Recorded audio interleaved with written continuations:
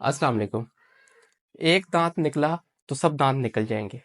एक दफा जमूर लग गया तो सब दांत निकल जाएंगे। ये वो फिक्रा है जो हमें अक्सर सुनने को मिलता है जब भी हम पेशेंट को ये एडवाइस करते हैं कि दांत निकलवा दें। तो क्या एक दांत निकलवाने से सब दांत निकलवाने पड़ते हैं?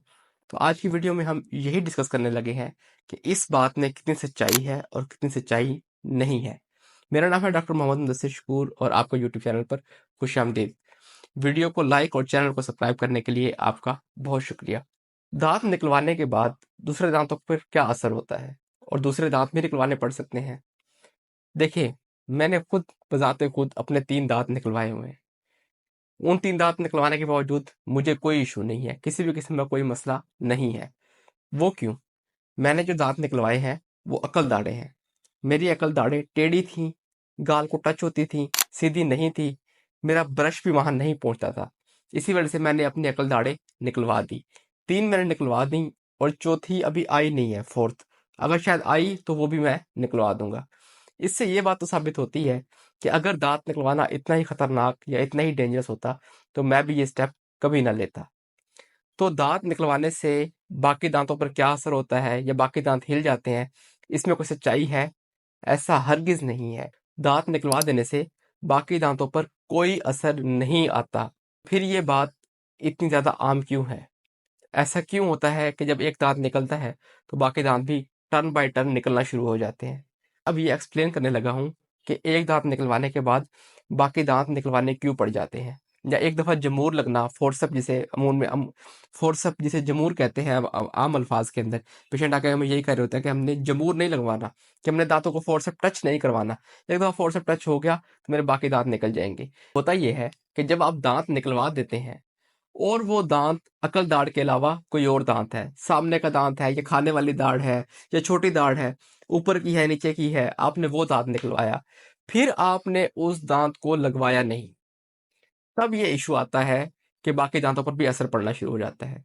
होता ये है, आपके सामने अभी एक पिक्चर आई है, इसमें आप देखें, जब एक दांत निकलवा दिया, आपने उस दांत को रिप्लेस नहीं करवाया, नया दांत वहां पर नहीं लगवाया। उस बात को अरसा गुजर गया, 6 माह गुजरे, साल गुजरा, 1.5 साल गुजरा, तो अब क्या होगा? अल्लाह का निज़ाम ये है कि जब कोई दांत निकल जाता है तो उसके लेफ्ट, राइट, नीचे, ऊपर वो जो दांत हैं वो उस जगह को फिल करने की कोशिश करते हैं, उस खला को फिल करने की कोशिश करते हैं। अभी आपके सामने एक तस्वीर आई होगी, इसमें आप देखिए पेशेंट का दांत निकला हुआ है, उसका जो लेफ्ट वाला दांत है ये टर्न होना शुरू हो गया है राइट साइड पे, जो राइट वाला दांत है वो लेफ्ट साइड पर टर्न होने लग गया है, और जो ऊपर से दांत है क्योंकि उसको रेजिस्टेंस नहीं मिल रही, उसे कोई टकराव नहीं मिल रहा, उसे कोई फ्रिक्शन नहीं मिल रही, तो वो दांत भी निकलना शुरू हो गया। अब क्या होगा? लेफ्ट साइड का जो दांत था, जो पहले बिल्कुल स्ट्रेट था, जब वो दांत राइट मुड़ा तो उस दांत और उससे अगले दांत, जहां पर अभी आपको ग्रीन एरो नजर आ रहा है, यहां पर खाना फंसना स्टार्ट हो जाएगा। फिर लेफ्ट साइड पे यही होगा कि जो दांत राइट साइड पे गया, उस दांत और उससे आगे वाले दांत जहां पर अभी ग्रीन एरो आ रहा है, यहां पर खाना फंसना शुरू हो जाएगा। जब खाना फंसना शुरू होगा तो फिर कुछ अरसे बाद यहाँ पर कीड़ा लगना स्टार्ट हो जाएगा। जब कीड़ा लगना स्टार्ट होगा तो फिर ये दांत भी गल जाएंगे, ये दांत भी खराब हो जाएंगे। जब ये दांत खराब होंगे तो आप डॉक्टर के पास जाएंगे, डेंटिस्ट के पास जाएंगे कि सर मेरे दांत में मसला हो रहा है, वो कहेगा ये भी निकलेगा। हुआ क्या? वो दांत जो खराब हुए वो इस वजह से खराब नहीं हुए कि आपका दांत निकला हुआ था, वो इसलिए खराब हुए कि आपने वहां पर दांत रिप्लेस नहीं करवाया, नया दांत नहीं लगवाया। अगर आप बीच में नया दांत लगवा लेते तो जो लेफ्ट साइड वाला दांत था वो इस तरफ ना मुड़ता, जो इधर वाला दांत था वो ऐसे ना मुड़ता, जो ऊपर वाला दांत था वो नीचे ना आता, या अगर ऊपर का दांत निकलवाया है तो नीचे वाला दांत ऊपर ना जाता। आपने क्योंकि रिप्लेस नहीं करवाया तो उससे ये मसला शुरू हुआ। अब आपने फिर बिलफर्ज दांत नहीं लगवाया था तो ऊपर का दांत जब नीचे आया तो वहां भी खाना फंसना शुरू हो जाएगा, क्योंकि उसके जो कॉन्टेक्ट है आसपास वाले दांतों के साथ, जहां भी ग्रीन एरो आ रहा है, वो डिस्टर्ब हो गए, वो नॉर्मल ना रहे। जब डिस्टर्ब हो गए तो जाहिर सी बात है कि खाना फंसना शुरू हो जाएगा। जैसे ही खाना फंसना शुरू हुआ, आपके दांत की तबाही समझने स्टार्ट हो गई, क्योंकि खाना फंसता है, उसे कभी निकाला कभी ना निकाला, बैक्टीरिया वहां पहले से मौजूद होते हैं, बैक्टीरिया उसमें ग्रो करते हैं, दांत में कीड़ा लगता है, उससे क्या होगा कि दांत खराब होगा, उसमें कीड़ा अमल बढ़ता जाएगा, तकलीफ होगी, अल्टीमेटली वो भी निकल जाएगा।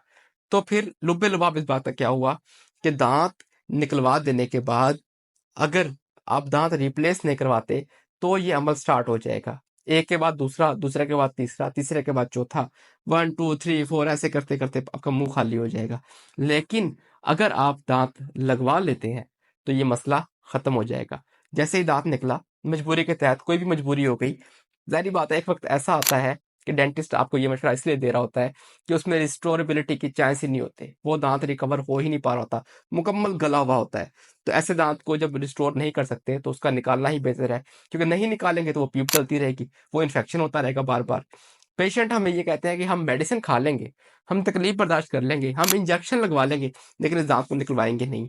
ये रवैया इंतहाई गलत है। फिर अकल दाढ़, अगर मुंह के अंदर बाकी दांत मौजूद हैं, अकल दाढ़ तकलीफ दे रही है, कोई प्रॉब्लम कर रही है, तो उसको निकलवा दें। मैं ये बात पहले भी डिस्कस कर चुका हूँ एक वीडियो के अंदर, उसका लिंक ऊपर आ रहा है, तो आप वहां से वो वीडियो देख सकते हैं। अकल दाढ़ को निकलवाने से आपके दांतों पर कोई असर नहीं पड़ता। हाँ, अगर दांत कोई पहले निकला हुआ है और आपने अकल दाढ़ का इस्तेमाल करना है नया दांत लगवाने के लिए ब्रिज के थ्रू, फिर आप अकल दाढ़ को नहीं निकलवाएंगे।